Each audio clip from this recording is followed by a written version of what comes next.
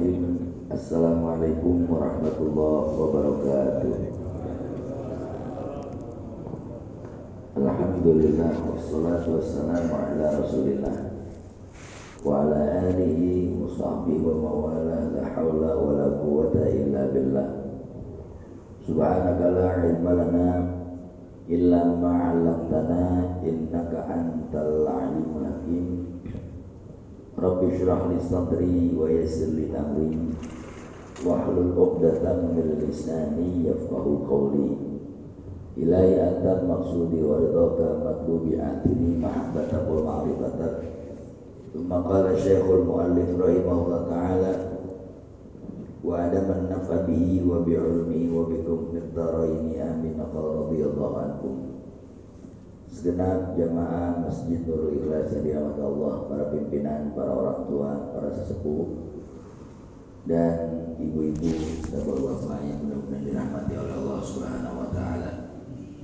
Hari ini kita bersyukur kepada Allah. Syukur sesungguh-sungguhnya kita panjatkan kepada Allah. Yang pertama adalah melekatnya iman dan Islam. Kemudian kemampuan dan dimampukan kita untuk datang ke rumah Allah sekedar sujud dan tunduk kepadanya. Karena tanpa itu semua maka apalah arti seorang hamba. Islam adalah aslama yuslimu islaman, menyerahkan total seluruh kehidupan ini kepada yang empunya, yaitu Allah Subhanahu wa taala. Bahkan tidaklah seorang hamba mendapat predikat hamba kecuali dia mau sujud kepada Allah. Sehingga Fir'aun tidak disebut hamba tapi pembangkang karena dia mau sujud. Iblis juga begitu. Aba wastakbar wa kana minal kafirin. Enggak sujud kepada Allah. Sehingga mudah saja bagi Allah membedakan ainal iblis wa ainal abd. Mana hamba, mana iblis. Mereka yang tidak mau sujud kepada Allah. Ada dua model orang yang gak mau sujud. Yang pertama, idza huwa kaslan, boleh jadi dia malas. Jadi setan yang menempel di diri orang itu adalah sifat malas. Ini lebih ringan. Karena yang kedua, ada orang tidak mau tunduk karena memang tidak percaya. Sehingga dalam bahasa Al-Quran dipanggil kafaro atau kafir. Kafir itu justru bahasa paling halus daripada bahasa yang lain. Kafir itu asal katanya menutup. Orang nyebutnya kalau sampul buku penutup ini namanya cover. Ya, cover itu cover ya. Dipanggil cover, kafaro. Sepadan kata, sesuatu yang menutup kebenaran.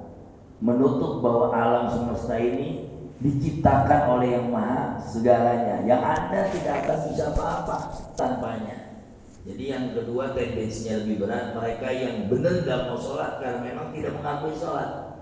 Nah itu sudah masuk kategori kafaro sekalipun dia Islam, yang dipanggil Islam KTP. Jadi Islam hanya peruntukan status sosialnya, tapi status kehambaannya orang itu kafir. Mal farqu bainana wa bainal ifrit wa fir'aun. Enggak ada beda antara mereka yang pakai peci tunduk dengan yang pakai peci enggak mau tunduk. Mereka adalah orang-orang yang seyogyanya menempati tempat di neraka jahanam. Wa na'udzubillahi min dzalik. Hari ini pun saya ditegur oleh Allah Subhanahu wa taala dengan meninggalnya murid saya. Usianya baru terpaut sekitar 20-21 tahun, anak perawan, ngaji di rumah, rajin. Bulan lalu yang 35 tahun, karyawan anak satu, semuanya murid saya. Ini tamparan keras. Muridmu saya ambil, apalagi kamu yang udah tua. Allah, saya takziah dengan terbata-bata semalam ini. Murid masih perawan lagi ngaji, senang ngaji, diambil oleh Allah. Perasaan saya ya Rob, yang rajin ngaji diambil, yang kagak rajin ngaji awet. Ya gak diambil ya. Makanya bapak-bapak kalau mau awet Nggak usah datang ke rumah Nabi. Allahu Akbar. Kemudian tamparan kelas kedua, itulah sebuah randomnya kematian. Acak, mati itu acak. Liyabluwakum ayyukum ahsanu amala, untuk menguji mental kalian. Semestinya kita mesti bersyukur kematian itu acak. Coba kalau kematian pakai abjad, A sampai Z. Nama saya Muhammad, tengah. Nama Ustaz Nanang lebih jauh lagi, M dulu baru N. Di sini ada yang namanya A, ada. Semestinya dia diambil duluan itu. Yang enak Z ya, Zainuddin. Tapi Zainuddin diambil duluan tuh. Jayanya Zainuddin. Jadi kita bersyukur. Satu, kematian sifatnya acak, mesti bersyukur. Yang kedua, kematian sifatnya dirahasiakan, mestinya bersyukur. Kalau kematian dikasih tahu, Ustaz Nanang 2 minggu lagi meninggal dunia, udah gak ada rasanya sop, udah gak enak ayam bakar, udah gak enak. Karena dikasih tahu 2 minggu lagi mau.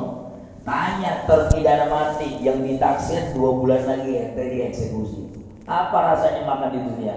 Sungguh nikmatnya kematian dirahasiakan agar tidak mengurangi nikmat dunia yang Allah berikan. Makanya istiadat lima ba'dal maut. Ayo kita persiapkan diri kita, persiapan kematian. Nih hadir di Nurul Ikhlas, nongkrong di sini, berarti bapak dan ibu mempersiapkan kematian. Alhamdulillah. Dalam hadis Nabi dikatakan almaru mata ala ma'asyalih. Seseorang mati tergantung kebiasaannya. Insya Allah kalau kita lihat di YouTube tuh banyak tayangan orang mati. Ada yang lagi baca Quran meninggal karena memang kebiasaannya baca Quran. Ada yang lagi sholat. Jadi Nabi kasih indikasi antum akan meninggal sesuai kebiasaan antum. Insya Allah rajin ke Nurul Ikhlas Pak. Insya Allah pasti Allah jamin. Masa ilok kalau kata yang Betawi, ilok mati lagi mabok karena biasa ke Nurul Ikhlas. Sebaliknya orang yang biasa mabuk, zina, dalam maksiat sampai harian, apa mungkin mati dalam keadaan sujud? Maka kata Nabi, seseorang tergantung kebiasaannya. Biasakanlah berbuat baik sehingga matinya dalam kebaikan. Setidaknya saksinya orang baik. Persaksian itu penting Pak. Dalam persidangan langit sama dengan persidangan bumi, butuh saksi. Buktinya ada jenazah. Sebelum diusung kita saksikan dia min alil khair, semua jawaban itu khair, artinya saksikan jenazah ini orang baik, butuh saksi. Persidangan, coba orang hukum tanya, elemen atau unsur keadilan adalah salah satunya persaksian yang baik. Makanya saksi-saksi itu dihadirkan, meringankan atau memberatkan. Sama di akhirat.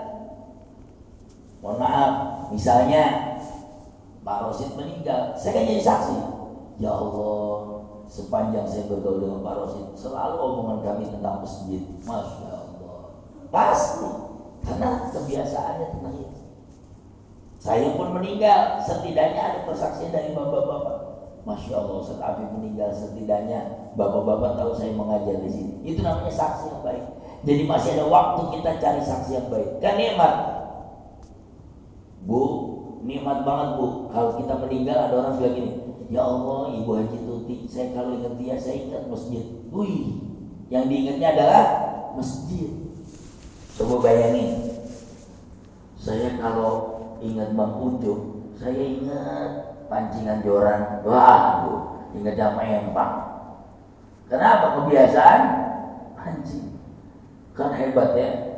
Kalau kita ingat Kiai Zainuddin MJ, kita ingat ceramah beliau, ingat Arifin bilang majelis zikirnya, ingat. Jadi orang-orang baik disebut kebaikannya. Sebaliknya orang-orang buruk akan menjadi persaksian yang buruk.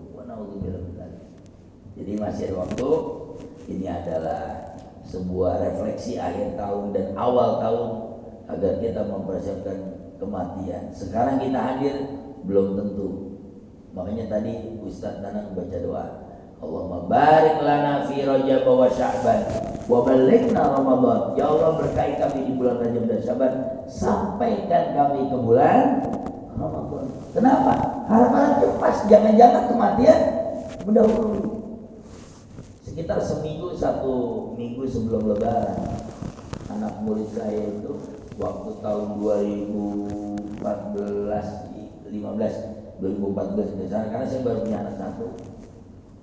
Malamnya gelarin karpet, gulung karpet terawih di rumah saya tuh anak murid saya. Sahur meninggal dunia. Baju lebarannya udah digantung. Bapaknya polisi Keramat Jati, nangis bukan main. Malamnya masih beresin karpet, habis beli baju lebaran, udah digantung baju lebarannya. Seorang anak polisi depan rumah saya, murid saya persis. Jadi Allahu Akbar. Saya rasa-rasa banyak sudah murid saya diambil oleh Allah. Usianya baru 2 SMA, lagi seneng-senengnya main game, tapi juga rajin ngaji. Dia juga ikut anak Al-Quran. Begitu habis sahur, teriak, dadanya sakit, meninggal di bulan Ramadan. Masya, artinya apa? Yang muda-muda udah pada diambil, apalagi yang dan lagi tren di saya ini lagi tren murid lagi diambil oleh Allah. Kebetulan Bapak Ibu sekalian adalah murid saya. Saya sih doain panjang umur, sehat walafiat. Kelihatannya tadi udah pada waduh. Bener Bu, saya semalam ceramah. Ya Allah, ini teguran. Murid tuh saya ambil tuh, usianya 20 tahun. Kamu yang udah 27 tahun, apa susahnya bagi Allah? Bagi saya yang 27 tahun, ya 20 tahun aja diambil oleh Allah. Ibu-ibu nanya, bisa tapi 27 jalannya 20 tahun, kurang lebih 41. Mari kita baca hadis Nabi Muhammad SAW. Bismillahirrahmanirrahim. Wa fil Islam, dan di dalam Islam, amrun yasra'u bihi, ada perkara-perkara yang diwajibkan dipercepat, tidak boleh ditunda-tunda. Saya ulangi, dalam Islam ada persoalan yang harus dipercepat, tidak boleh ditunda-tunda. Al-awwalu, yang pertama, as-salatu idza 'ala waqtiha. Salat kalau udah masuk waktunya jangan ditunda-tunda. Dulu ada lagu Bimbo tuh kalau tidak salah, zaman-zaman tahun 90 ya. Beramal baik janganlah ditunda-tunda. Ingat tuh?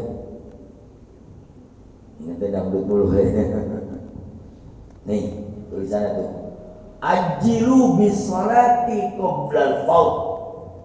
Segeralah salat sebelum waktunya habis. Yang sebelah sini, ajilu bit taubati qoblal maut. Segera bertobat sebelum mati. Tuh tulisan atas. Jangan ditunda-tunda lagi. Allahu Akbar, Allahu Akbar, segerakan. Dan sebaik-baik sholat di awal waktunya, sekalipun boleh di akhir waktu. Boleh sholat setengah 3, boleh. Kalau darurat lagi melayani orang. Siapa yang boleh menunda sholat? Orang musafir dengan cara mengkosor jamaah. Baik Johor ditarik ke Zohor asar atau asar ditarik ke Zohor. Tuh musafir. Yang kedua mujahid, orang sedang jihad, boleh mengkosor sholat. Sniper tidak boleh meninggalkan tempatnya. Sholat pakai isyarah, boleh isyarah. Jadi dia sudah siap di senapannya. Allahu Akbar. Demi Allah. Kemarin saya mengisi di Mabes Ade Jakarta Pusat. Ada yang bertanya dalam kajian saya, beliau itu sniper, gimana kalau lagi jaga? Saya bilang pakai isyarah. Dia lagi sedang mengamankan objek, nggak boleh lepas dari titik koordinat. Gimana nih? Saya bilang tetap sholat dengan isyarah, seperti Jenderal Sudirman di atas tanduk. Nabi Muhammad juga demikian. Di 5 itu isyarah. Jadi kalau udah waktunya berangkat. Siapa lagi yang boleh menunda sholat? Dokter lagi operasi, pasien lagi disesar, di black, azan. Allahu Akbar, Allahu Akbar. Suster, mari kita sholat. Ini pasien bagaimana? Kita serahkan kepada Allah sajalah. Mati pasiennya ya. Al-muta'ahid namanya, orang yang sedang mengerjakan pengobatan. Dokter, jangan tinggalkan pasien sebelum selesai, baru dia boleh. Jadi kalau tindakan jam 1 selesai setengah 3, dia boleh sholat zuhur jam setengah 3, boleh, karena dia lagi tindakan. Jadi halal darurat. Halal darurat. Lagi ngopi, boleh nggak ngabisin kopi dulu? Takutnya mubazir Ustaz. Nah, atau takutnya kopi diminum temen. Ngopi dulu, sholat dulu. Ngopi urusan duniawi. Jangan-jangan lagi ngopi keburu mati. Nah, sudah tinggalin dulu. Sholat dulu, sholat. Saya sering katakan, bahkan dalam tayangan saya, seberat apapun hidup, nanti saya katakan itu, jangan ninggalin sholat. Seberat apapun kita punya tantangan kehidupan.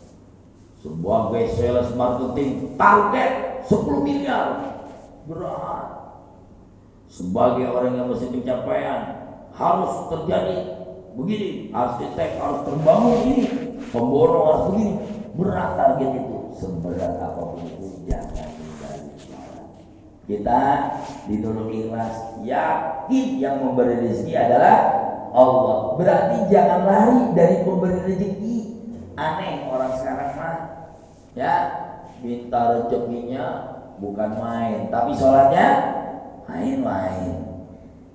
Masa minta rezeki sama Allah sholatnya main-main?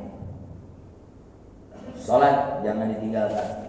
Dalam Isra dan Mi'raj Nabi Muhammad SAW, perintah utamanya adalah sholat.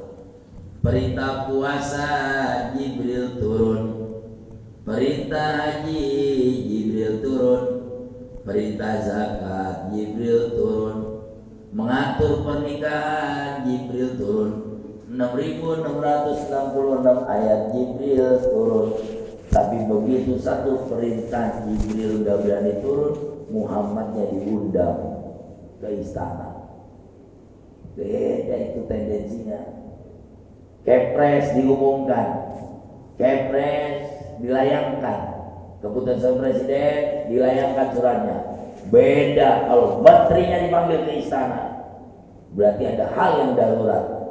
Nabi tidak diturunkan ayat, tapi dipanggil oleh Allah ke istana dengan sendal-sendalnya nyampe ke istana. Baca dalam riwayat Anwarul Bahiyah min Isra Mi'raj Khairil Bariyah. Cerita Isra Mi'raj jangan nyari di warung. Cerita Isra Mi'raj jangan nyari di tongkrongan, di pengajian dengan kitab yang valid. Jadi datanya sesuai. Banyak yang ngarang-ngarang cerita Isra Mi'raj. Beginilah, beginilah. Ya. Yang paling pertama nih, ini sekedar bahwa sholat itu sangat penting. Sebelum ada Isra dan Mi'raj, belum ada sholat. Saya ulangin, sebelum ada Isra dan Mi'raj, belum ada sholat. Begitu Nabi sudah 8 tahun jadi Nabi, itu Siti Khadijah meninggal dunia. Berselang belum lama tahun ke-9 kenabian, selanjutnya Abu Thalib. Setelah embargo Hudaybiyah, Nabi Muhammad diboikot. Benar-benar pada posisi Nabi Muhammad di titik nadirnya sebagai manusia biasa. Coba ini buat tambah berat. 2 amnesti beliau meninggal. Ketika Abu Thalib meninggal, kafir Quraisy mulai merasa bahwa ini ada kelonggaran. Si Abu Thalib yang mengamankan Muhammad udah mati. Waktunya Muhammad kita konfrontasi besar-besaran. Masya Allah. Tibalah tahun ke-11 Hijrah. ke-11 kenabian sebelum Hijrah. Berarti caranya gimana ngitungnya? Nabi jadi Nabi usia berapa? 40. Kemudian menjadi Nabi sudah 11 tahun. Berarti berapa usia beliau? 51. Jadi umur 51 Nabi naik ke langit itu. Di sini ada yang 51? Kita 51 ada. Nah, seumur ibu dan bapak ada. Nabi jalan-jalan Isra tahun 51. Pakai buruk 135 juta kilometer per detik kecepatan cahaya. Masya Allah. Tanpa protektor, nggak pakai helm, pakai jaket. Kalau ibu-ibu naik buruk bu, buruknya ke Masjidil Aqsa, ibu-ibu keriputnya masih ada di Masjidil Haram. Kencang banget itu. 135 juta kilometer kecepatan cahaya itu center pak, center. Nih, tuh titiknya center. Tak nyampe sana. Itu kecepatan buruk. Sekilat petir menyambar. Subhanallah.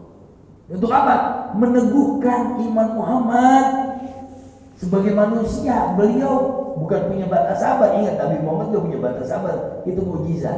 Tapi punya kesedihan sebagaimana kita sedih.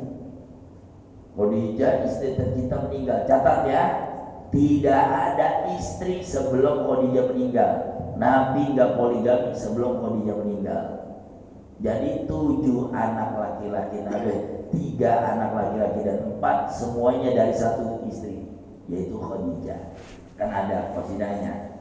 Putra putri Nabi ada 7 orang, 3 laki-laki, 4 namanya Qasim, Abdullah, Ibrahim, Zainab, Ruqayyah, Ummu Kulsum.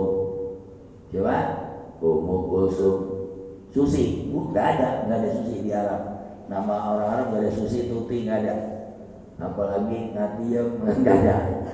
Coba lagi Zainab, Ruqayyah, Ummu Kulsum, Fatimah.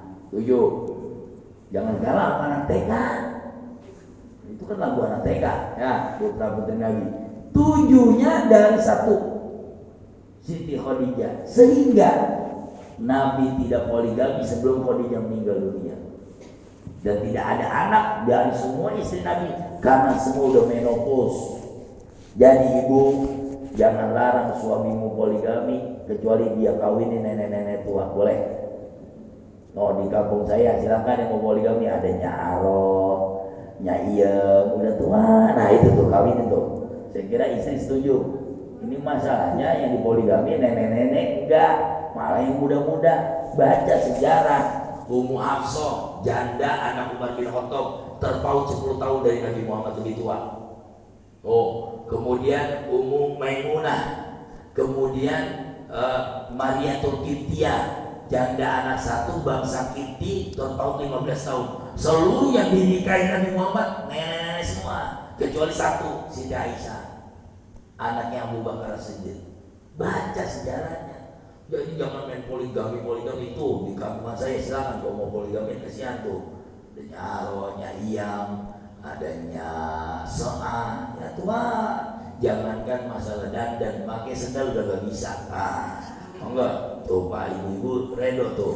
Kalau dinikahin kayak gitu, ini mah poligami yang dicari yang muda mulu, kesian. Anak muda nggak kebagian, ya. Allah. Pokoknya lempongan begini, ibu-ibu senang dah sama saya. Karena saya termasuk yang tidak sepakat jika poligami adalah orientasinya seks. Nggak sepakat saya. Agama ini bukan agama yang orientasi seks. Menghalalkan ini untuk kemudian menjadi orientasi. Coba lihat sejauh mana poligaminya Nabi dengan ibadahnya. Bandingkan itu. Masya Allah. Makanya kiai saya tidak ada yang poligami. Pernah waktu itu kiai saya ditanya, Pak Kiai muridnya ribuan, tentu uangnya banyak, yayasan Masya Allah tanah yayasan kami itu Pak, itu 3 koper. Bisa dibandingkan satu ujung harapan kayak apa itu, yang orang dekat, yang orang wakafin 1.000-3.000 meter hektar.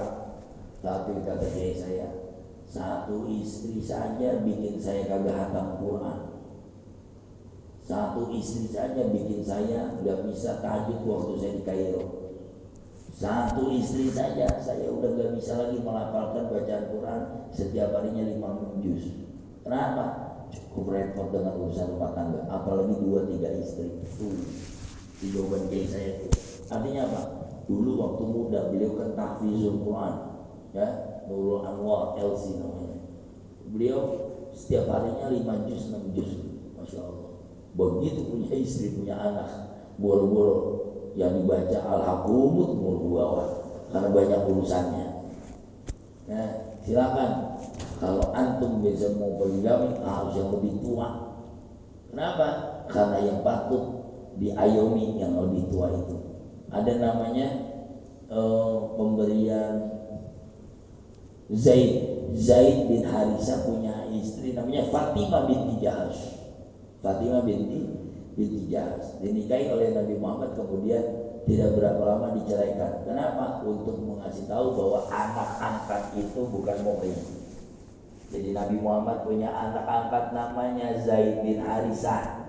Zaid bin Harisah punya istri namanya Fatimah binti Jahash.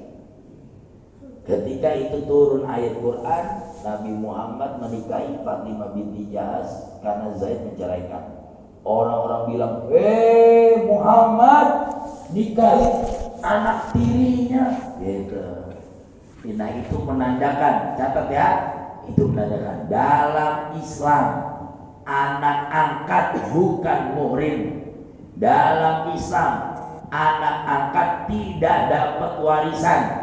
Dalam Islam anak angkat bisa dinikahin. Saya kasih contohnya.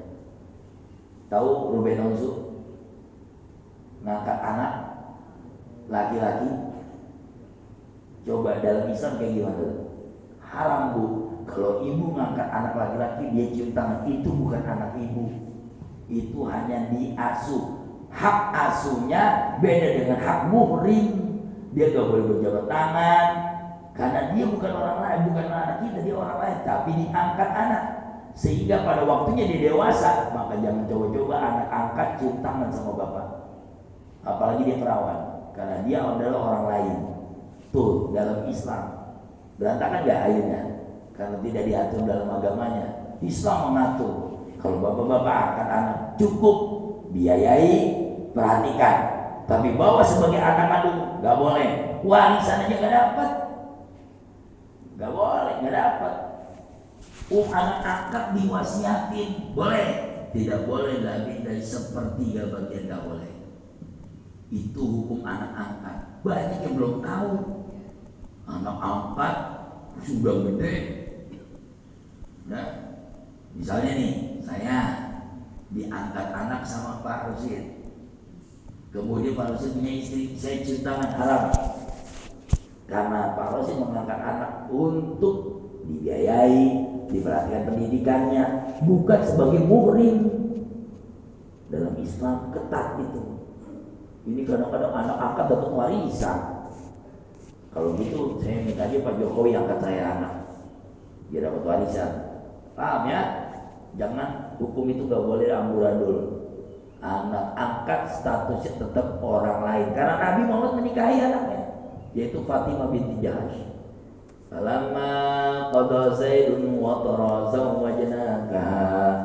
Manakala si Zaid bin Harisah, kata Allah dalam Al-Quran, melepaskan Zainab binti Jahash, dinikahin sama Nabi. Orang-orang kafir Quraisy bilang, Nabi menikahi anaknya. Kata Nabi, dalam Islam anak angkat bukan anak, dia cuma diadopsi doang. Begitu dia gede, dia bukan murid lagi sama istri kita. Karena hukum itu diterabas, yang terjadi adalah, bisa dibayangkan, bapak ambil anak angkat, kemudian angkatnya dewasa, ganteng, jalan sama istri kita.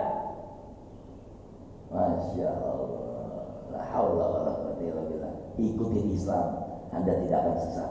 Tapi cara orang-orang lain, akhirnya yang terjadi apa? Tadinya anak angkat jadi suami angkat. Itu potret kehidupan kita saat ini. Hati-hati terhadap anak angkat. Anak angkat tidak dapat warisan, anak angkat bukan murid. Anak angkat sekedar dia diperhatikan pendidikannya, diperhatikan kehidupannya. Tidak lebih dari itu. Ya, cium tangan boleh, sebelum balik seperti ini, dede yang kecil ini. Tapi begitu dia gede, wah, udah nggak boleh lagi cium tangan sama istri kita, karena dia bukan muhrimnya. Nah, yang kedua, apa yang tidak boleh diperlambat? Al-jana al-mayyit, seorang mayit, untuk penguburannya. Kata Nabi, asri'u bil janazati fa in taku salihatan fa khairun tuqaddimuha wa in taku siwa dzalika fa syarrun tad'unahu an riqabikum. Dalam riwayat Abu Hurairah, percepat jenazah kalian. Kalau dia jenazahnya soleh, dia ingin segera mendapatkan kenikmatan kubur. Jenazah itu aslinya teriak, cepat kuburin saya. Nikmat kubur sudah di hadapannya. Sebaliknya, kalau dia orang jelek, maka semoga kejelekannya cepat dikubur. Tuh, kalau dia narkobais, teroris, menyusahkan manusia, maka segera kuburkan. Karena apa? Sifat menyusahkannya itu segera dikubur dengan jasadnya. Tuh, jadi asra'u bil janazah. Sehingga ambulan itu syariat demi cepatnya jenazah. Ya, sudah ambulan setengah mati bawa jenazah sampai di kediaman, nggak buru-buru dikubur bu. Tunggu anaknya masih di London, tunggu anaknya masih di mana-mana. Kata si ambulan, tadi mah gak usah buru-buru ya, naik Grab aja, gak usah naik ambulan kalau mau nungguin anak. Jadi menunggu anak gak boleh bu. Ini banyak orang bilang, oh Ustaz tapi dia 2-3 jam lagi, boleh. Ini kadang-kadang sampai jenazahnya nginep. Nah ini berlawanan dengan konsep Nabi Muhammad. Kenapa? Satu, boleh jadi jenazah itu akan jadi fitnah, bau. Itu tuh udah jadi mayat, dia akan membusuk. Iza tabayyatil badan, kita masuk buku fikih. Maka sejauh mana sih ngurus jenazah? Ustaz boleh ditunggunya. Satu, aslinya jenazah sampai nyampe. Begitu nyampe, tanya si pembuat kubur, Mang, kuburnya udah siap, 1 jam lagi Pak baru mulai digali. Itulah ramanya nunggu jenazah. Sampai berapa kuburnya siap, dimandiin siap, dikafanin siap, itulah lamanya pengurusan jenazah. Aslinya bukan jenazah lama, tunggu ini. Ustaz, sekira-kira jenazah datangnya sore jam 5 pada asar, kan tidak mungkin kan? Boleh, kalau itu boleh, tapi jangan sampai jam 12 siang besoknya pagi, karena kuburannya tidak mungkin digali. Amilnya juga sudah turun jaga, si piketnya udah habis. Jarang ada orang mau mandi jenazah malam kecuali darurat. Ya, saya mertua saya malam. Kenapa? Karena saya takut fitnah, saya kerjakan malam. Padahal kata Nabi Muhammad SAW, hindari penguburan malam.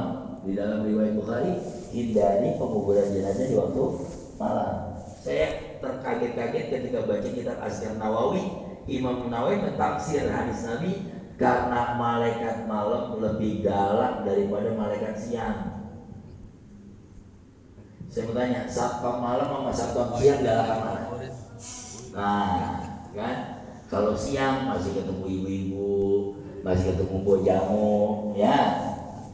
Nih, penjagaan depan, galakan subuh apa siang? Penjaga depan tadi saya dijaga, galakan mau. Ini mau mana? Gitu, lebih tegas. Malaikat malam lebih galak, makro muka karena malam ketimbang siang. Bapak boleh bilang saya buat nama kitabnya Al-Azkar Nawawi bab jenazah. Beliau mentafsirkan karena Nabi melarang dikuburkan jenazah di waktu malam kalau tidak darurat. Sementara mertua saya waktu itu darurat. Kenapa? Mertua saya ada ambil darah, berarti ada lubang di tubuhnya. Khawatir kalau besok keburu bau, paham ya? Keburu gak enak, gak sedap. Maka dikuburkan malam lebih utama. Kalau darurat, tuh. Jadi gak boleh nunggu. Apalagi tuh, apa kamu boleh gak sih mencium jenazah? Boleh. Jenazah udah meninggal, dicium. Abu Bakar mencium Rasulullah. Tuh, Rasulullah mencium Al-Ma'zun bin Abdullah yang terbunuh di medan perang. Rasulullah mencium Hamzah bin Abdul Muttalib yang dadanya dibelek oleh Hindun. Wow. Jadi mencium jenazah fitrah manusia. Bapaknya ini, ya, ibu mencium jenazah suami yang udah rapi dikafanin, kira-kira batal wudu nggak? Nah, gitu tanyanya. Aduh, mau cium suami tapi batal wudu. Udah gitu suaminya serem lagi meninggalnya. Ustaz, suami saya itu meninggal, saya pengen cium tapi udah dikafanin, udah rapi, udah diwuduin, apakah boleh? Dalam mazhab Imam Syafi'i, kita itu batal kalau masih hidup. Kalau udah jadi jenazah tidak ada lagi syahwat, silakan cium, gak apa-apa, tidak membatalkan. Dan seorang jenazah diwudukan bukan untuk jauh-jauh dari najis, tapi buat ketemu Tuhannya Allah Subhanahu wa Ta'ala. Jadi silakan cium. Kalau sekarang udah punya wudu, cium tangan seorang istri batal kecuali pakai penghalang. Jadi bapak-bapak kalau udah kerja udah rapi, pakai seragam PDL-nya, sudah siap, Bu, aku berangkat. Ibu mau cium tangan, batal. Saya mau punya wudu, saya mau sholat wudu, sholat duha di kantor. Maka ambil kanebo, nih cium, taruh pakai kanebo yang basah, nih cium kanebo. Ambil topo, ya, atau pakai selampe atau sarung tangan, dan nih cium sarung tangan. Saya juga gitu. Istri tadi mau berangkat ngaji subuh, saya mau berangkat ngaji subuh. Nih, cium. Ya, nanti pulang dari sini wajib cium tangan saya, nggak apa-apa batal. Dan biasanya istri saya bukan sekedar mencium, dia pasti meluk ke saya sambil dia ngerogoh, mana yang dari trikora, ya gitu. Itu di situ hebatnya, Masya Allah ya. Ya nggak tahu ada di dashboard mobil saya taruhnya ya. Jadi jenazah jangan ditunda-tunda lagi kalau sudah. Yang ketiga, saya singkat, ad-dainun idza qadaha. Yang nggak boleh ditunda-tunda, utang kalau udah waktunya bayar. Wah, ini bahaya. Utang kalau udah waktunya bayar. Sekarang banyak pinjaman online, ya, banyak pinjol. Hati-hati. Utang itu dosanya kolektif, Pak. Kenapa Nabi nggak mau nyolatin orang yang berutang? Karena memang hutang itu terkait hubungan muamalah. Ketika Ustaz Nana mengutangkan ke saya 2 juta rupiah, percayalah itu adalah duit makan istrinya, duit makan anaknya, duit bayaran sekolah. Begitu saya tidak pikirin, amal saya gantung langit dan bumi. Tuh, kadang-kadang berani pinjam, gak berani bayar. Setidaknya kasih ada WA ya, setidaknya dicicil. Jadi ada usaha untuk membayar. 90% saya temukan di masyarakat hasil aduan mereka. Sakit hati kami Ustaz, saya ngutangin teman saya 10 juta rupiah, dia tidak bayar, tapi saya lihat status WA-nya jalan-jalan mulu, bahkan ke Eropa. 10 jutanya gak dipikirin, dia foto di belakang menara Eiffel. Pas saya lihat, oh itu Photoshop ternyata itu cuman diarsir seolah-olah di belakang menara Eiffel, padahal dia ada di belakang menara radar utara. Ya, Masya Allah. Orang udah bayar utang tapi gayanya sebakul. Pikirinlah si penghutang, pikirin dia juga butuh. Ada gini. Kayaknya udah tayang itu, Ustaz Maulana udah tayang kayaknya, udah sempat viral ya. Ustaz, saya dipinjemin uang saya. Saya tahu betul nih, yang minjem kagak bakal bayar. Sudah track record, sudah menjadi di kampung ini terkenal. Dia kalau pinjam utang nggak pernah bayar, udah terkenal. Dia diutangin nggak bayar, utangin nggak bayar. Begitu dia pinjam ke saya, maka bagaimana cara saya menolak agar dia tidak utang kepada saya? Jawabnya begini, saya pengen menyelamatkanmu dan diri saya. Kenapa? Kamu kan biasanya gak bayar utang, dan itu udah terkenal. Maka mohon maaf, saya gak bisa utangin kamu. Saya menyelamatkan kamu dari api neraka. Dan Nabi Muhammad gak mau mensolatkan kamu yang gak pernah bayar utang. Gitu. Jadi bukan saya pelit, tapi kamu terkenal gak pernah bayar utang. Mohon maaf, saya mau menyelamatkan kamu saudara saya agar tidak terjerumus ke neraka. Sebaik-baik penghutang adalah nih ada jenazah nih, panggil anaknya. Nah, sini. Ada apa Pak Haji? Ayahmu ngutang sama saya. Iya Pak Haji, berapa jumlahnya? Atas nama Bismillah, saya rela utang saya untuk ayah kamu. Ayah kamu orang baik. Dipeluk oleh anaknya. Makasih Pak Haji. Berapa utang ayah saya? 25.000 rupiah. Kemarin beli bakso saya bayarin. Saya lunasin itu semua.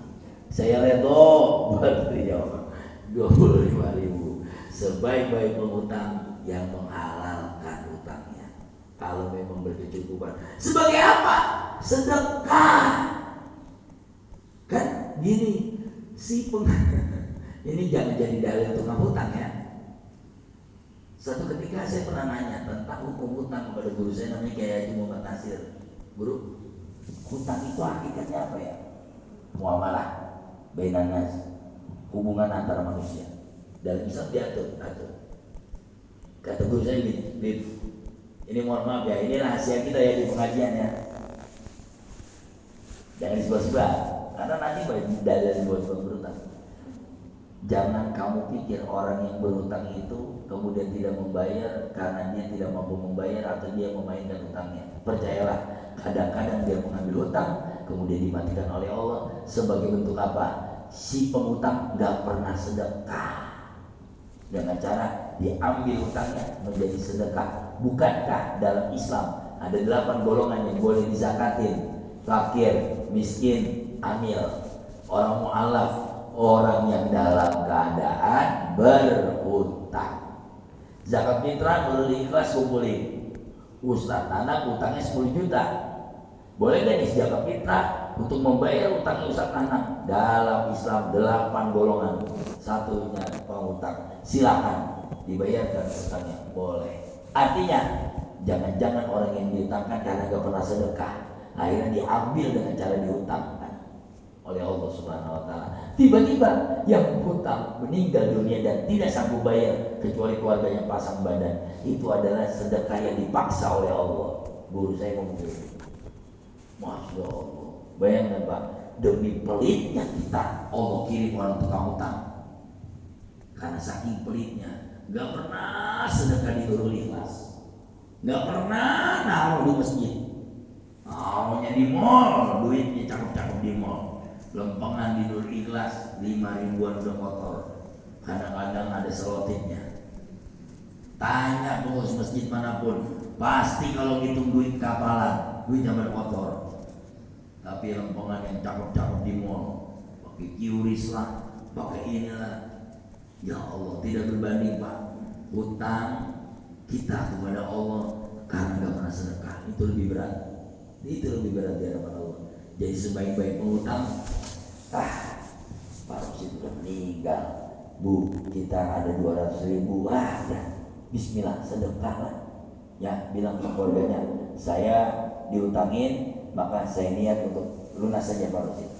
Ya, sebagai sahabat 200.000 toh itu sebagai sedekah saya. Cakep. Sebaik-baik pengutang yang melunasi, kecuali jumlahnya besar. Ya, sekian juta rupiah.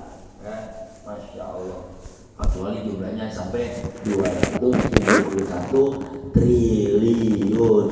Nah, 6 bulan atau 6 tahun. Saya mau gantian. Kalau disuruh Ustaz Habib mengajar, apa mau 271 triliun di penjara 6 tahun? Saya pilih 6 tahun. Masih ada saldo 270 triliun. Belum tentu ngajar 6 tahun dapat. Alhamdulillah. Enggak kalkulasi otak manusia coba. 271 triliun. Yang saya ngajar Pak di Kejaksaan Agung. Saya khotib tetap. Saya ngajar tetap. Di depan Pak Burhanuddin saya juga ceramah. Pak Jaksa Agung kita mengundang saya kemarin dalam acara Pajak Bidung Janpitsus. Saya ceramai mereka. Tepat penangkapan Harvey Muiz saya sebagai khotib.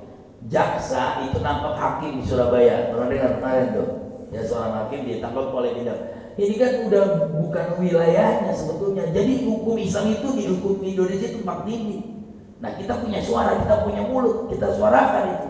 Saya suarakan kemarin tentang dirikan hukum yang tegak, yang adil, engkau akan tegak di hadapan Allah di akhirat. Keras ya. Saya selalu ngomongin mati Pak di depan Pak Jaksa. Boleh dicek. Alhamdulillah di materi saya pikir saya bakal dicoret dari Kejaksaan Agung RI untuk menjadi penceramah. Yusuf katanya Ustaz Habib favorit. Saya kata kali-kali siapapun di depan kita ada calon mayat. Saya juga calon mayat. Terus kita akan bersaksi di yaumil kiamat. Bagaimana itu hukumnya nanti?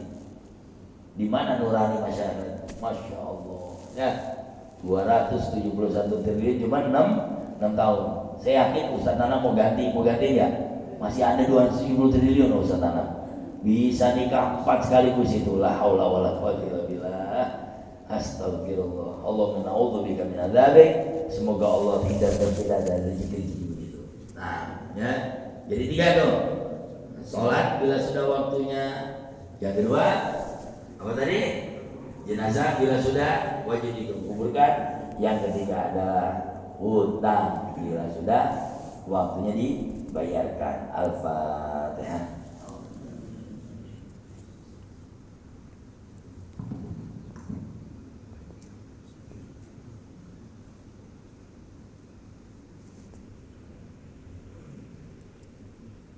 Ada yang mau tanya? Sebelum saya tutup, minta maaf, kami dan tim jam 6:30 sudah harus menikahkan orang ini. Jadi kita tim Atro ditunggu paling nggak 6:30 sudah standby, berpakaian rapi karena baru ini pernikahan pagi sekali Pak.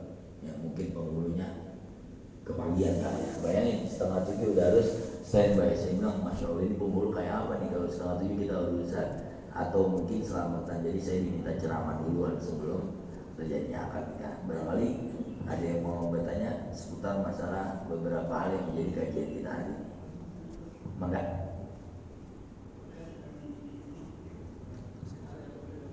Ya. Ya.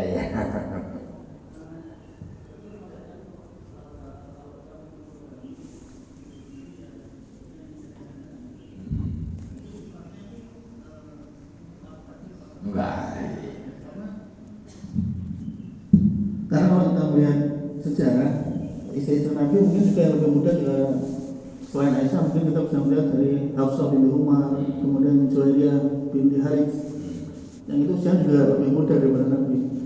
Dan yang kedua, salah satu syariat poligami itu salah satu hikmahnya adalah yang pertama menghindari perzinahan, di mana usia-usia yang rentan dengan perzinahan itu justru adalah usia-usia 40 tahun ke bawah. Dan juga pertimbangan atau hikmah kedua adalah salah satu syariat poligami itu hikmahnya adalah untuk memperbanyak keturunan. Jadi kalau bapak-bapak misalkan istri pertama belum punya anak, kemudian menikah yang anak-anak otomatis keinginannya untuk menambah keturunan juga akan jadi lebih susah. Jadi hukumnya itu tadi pertanyaannya apakah itu syariatnya mutlak atau wajib atau sekedar mustahab atau disukai. Terima kasih. Nah, orientasi seks itu adalah pada posisi fa'in khiftum alla ta'dilu fawahidah. Coba kita kalau fa'in khiftum, fa'in itu fa'nya li syartin, ada syarat. Maka jika kalian tidak berlaku adil atau takut tidak berlaku adil, fawahidah. Kita lihat setelah ayat Allah kasih standar umumnya manusia bahwa kalian gak bakal bisa adil. Nah, letak keadilan itulah yang menjadi ukuran kami. Dalam penelitian, hampir poligami di masyarakat kita gagal. Anda bisa bangsikan yang satu anaknya terbengkalai, yang satu jualan gorengan, sementara ini suami sibuk memperkaya istri lagi. Itu yang tidak kami maksudkan, ya. Jadi bukan pada orientasi seks. Saya tidak bicara pada strata masyarakat biasa. Saya bicara pada level kiai, karena saya punya teman-teman kiai yang dalam rumah tangganya gak bisa ditiru, ya. Tapi bahwa poligami itu ada, wajib Bu. Apa tuh miru Nabi Badr kita kotak bulu Nabi Badr. Jadi gak boleh, wah ayat ini saya seneng nih, wah ayat poligami gak boleh ada, wah kafir kita. Poligami ada sebagai sistem tadi betul. banyak anak, kemudian menghilangkan perzinahan. Dan gini, kita lihat dulu ya, tidak ada ayat yang kosong dalam konteks. Kebetulan saya tafsir hadis, jadi memang wilayah kami. Ada kritik wacana atas poligami yang dikeluarkan oleh Ulil Absar Abdullah, kita hajar. Ulil Absar Abdullah mengatakan poligami itu cuma orientasi seks di dalam Islam. Nah, kita hajar. Nah, kita nggak sepakat dengan teman-teman JIL, Jaringan Islam Liberal. Nah, saya bikin di berita UIN tuh, tahun-tahun saya 2007 masih kuliah. Kita bikin ketika kelas kita tafsir hadis C. Kita bikin, ternyata berita kita sampai ke Pak Dekan, dari Dekan naik ke rektorat. Waktu itu langsung bikin Stadium Jenderal, Pak Quraisyhab yang jadi pemakalannya. Pak Quraisyhab moderatornya waktu itu kalau tidak salah Bang Yani dari HMI. Dia bilang apa? Kata Pak Quraisyhab, berita ini adalah berita isu di mana dahulu pengkerdilan Islam, seolah-olah Islam agama seksual, seolah-olah kalau nikah 4 itu dianggap, mohon maaf, dianggap gila seks dan sebagainya. Padahal nggak begitu. Kita lihat konteksnya. Nah, itu yang menarik dari Pak Quraisyhab waktu itu. Ibu-ibu tahu kalau orang Arab makannya apa? Ya? Hormonnya tinggi gak? Orang Arab makan huruf kambing muda setengah 1 orang. Lihat aja hidangan Arab. Dan lihat badannya orang-orang Arab. Nah, kita makan ayam bakar paha doang diganggu lagi. Udah ayam bakar paha diganggu lagi, ditambah kangkung. Jadi dari hormon testosteron aja kita udah beda dengan Arab. Jadi yang waktu itu menjadi isu dari Pak Quraisyhab, dan ini menarik, sangat menarik. Itu hadir 300 lebih itu teman-teman mahasiswa. Ya, saya senangnya waktu itu tafsir hadis kami dapat predikat bagus itu gitu dari Pak Rektor, atau itu Pak Rektornya Pak Komarudin Hidayat Bang Komeng gitu ya. Kenapa? Itu bikin Stadium Jenderal paling besar itu. Karena konsepnya poligami dalam Islam. Itu kan diminati sekali ya. Diminati sama kita. Yang mana sih udah pengen keluar, udah makan gitu ya. Tenang Bu, tenang. Jadi dari konsep itu sendiri udah kelihatan sasaran poligami awalnya bangsa Arab dengan hormon testosteron tinggi, tingkat perzinahan. Sebelum Nabi Muhammad ada, perempuan bisa dibayar, istri bisa tukeran. Maka diadakanlah konsep poligami. Jadi turun asbabun nuzulnya itu. 1. Makanya ada ujung daripada fa'in khiftum alla ta'dilu fawahidah. Kalau kalian takut tidak berbuat adil, maka yang menjadi ukuran Allah bukan keturunan. 1. Yang menjadi ukuran bagi Allah Subhanahu wa taala bukan perzinahan, tapi ternyata keadilan. Dan kami rasakan ternyata bahkan pada level kiai nggak bisa dicontoh karena ternyata adil, tidak ada keadilan. Ada kitab yang Pak Rosid pesan sama saya, ada kitab. Bahkan dalam kitab itu ada istilah al-qasam baina zauj. Jadi nanti kalau bab fikih Bu, Bapak sekalian, itu ada kitab nanti babnya di bab nikah adalah bab pembagian hari di dalam poligami. Jadi kalau antum benar-benar poligami, atur makannya, atur pembagiannya, atur waktunya. Yang istri tua lebih lama dari istri muda, yang istri muda tidak boleh. Begitu diatur sama fikih. Karena sasarannya adalah fa'in khiftum alla ta'dilu fawahidah. Maka jika kamu takut tidak berlaku adil, maka fawahidah. Fawahidah penekanannya keadilan. Kira-kira bisa adil nggak? Nah, dan tidak ada manusia bisa adil. Kita cuma berusaha adil. Dalam hal ini saya tidak dalam keadaan menjadi corong orang yang tidak sepakat dengan poligami, tapi sampai sejauh ini dalam pandangan saya sejauh ini teman-teman saya gagal berpoligami. Jujur, ada 2-3 bulan yang lalu ya yang cerai, akhirnya ini berantem. Padahal seorang ustadz di masyarakat gak bisa dikubu dan ditiru. Lain cerita dengan yang sukses dalam tanda kutip. Almarhum Habib Mundir itu berapa istrinya? Tapi lihat anaknya, pendai, penghafal Quran, istri-istrinya dakwah semua. Ya, nah maunya yang begitu. Artinya tidak ada kehancuran di dalam rumah tangga. Kalau poligami sasarannya hanya sekedar seksual, itu yang terjadi. Itu yang terjadi. Wa na'udzubillah min dzalik. Jadi gini, ibu nggak boleh mengharamkan, tidak boleh mengingkari ayat poligami. Ayat itu diingkari kafir. Kan itu dari Allah. Tapi bahwa apakah kita semua sanggup berpoligami, nanti sasarannya adalah fa in khiftum alla ta'dilu fawahidah. Kira-kira begitu. Tapi bahwa poligami itu adalah orientasi segitu, nggak benar. Tadi seperti benar kata apa Kakanda, bahwa kalau nggak punya anak dan pengen punya keturunan, nah kemudian kita mengambil istri kembali. Ustaz, izin apa enggak ya?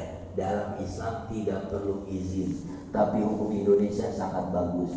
Izin itu untuk tidak menyakiti perasaan istri. Saya pernah izin sama istri saya, diberikan kesempatan 4 bulan. Jangan lebih cantik dari saya ya, jangan lebih kaya dari saya, jangan lebih terhormat dari saya. Yang keempat yang berat, langkahin mayat saya. Yang keempat saya nggak sanggup ini. Subhanallah. Bapak-bapak, jadi mohon maaf ya, saya harus pamit ya. Mudah-mudahan ada manfaatnya. Semakin semangat mengajinya, insya Allah. Kalau semangat mengajinya, ini dialog interaktif ini kan nanti semakin terbuka umumnya. Bahwa ini ayatnya begini, ini ayatnya begini. Dan mudah-mudahan kita sampai ke bulan Ramadan. Amin. Ya